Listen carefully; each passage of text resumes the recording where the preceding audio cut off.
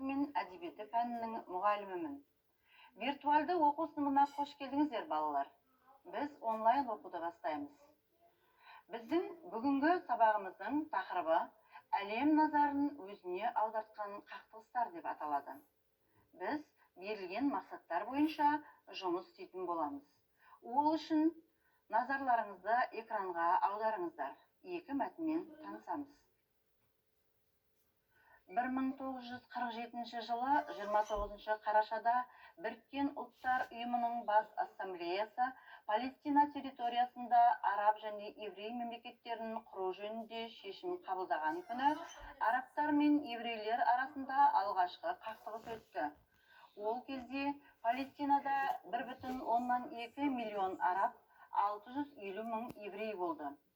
Палестинадан ағылшын әскерлері әкелгеннен кейін Израиль мемлекетінің құрылғандығы жария етілді.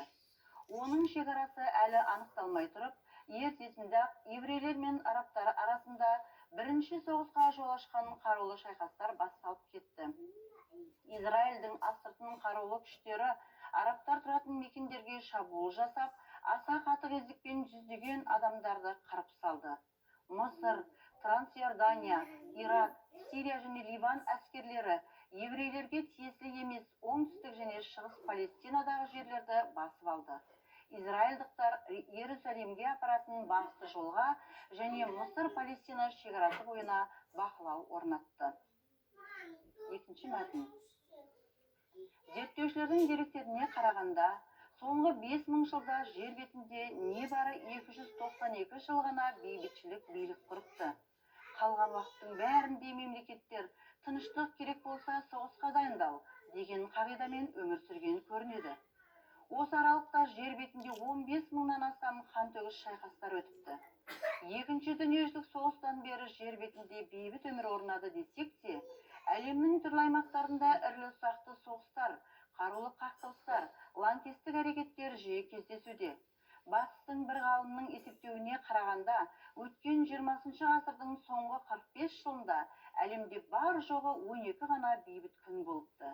Кейінгі 40 жылдың ішінде ғана дүние жүзінде 250 соғыс болып, 354 миллион адам қаза тапты. Ал балалар, өздеріңіз тыңдап түсінген екі мәтіннің мазмұны бойынша бірінші мақсатпен жұмыс істейік. Бірінші мақсат бойынша тыңдалған, түсінген мәтіндердің мазмұнына қарай отырып, тақырыбын, стилін, мақсатты аудиториясын және көркемдегіш құралдардың рөлдерін талдауымыз керек. Өздеріңіз байқағандай, екі мәтіннің де тақырыбы әлемдегі қақтығыстарға арналған. Екі мәтін де публицистикалық стилде жазылып тұр. Екі мәтіннің де мақсатты аудиториясы қалың көпшілік. Бірінші мәтін көпшіліктің ішінде бейбітшілікті сүйетін адамдарға бағытталса, екінші мәтін қоғамдық мәселелерге назар аударатын жалпы жұртшылыққа бағытталған. Екі мәтінде де көркемдегіш құралдар қолданылады.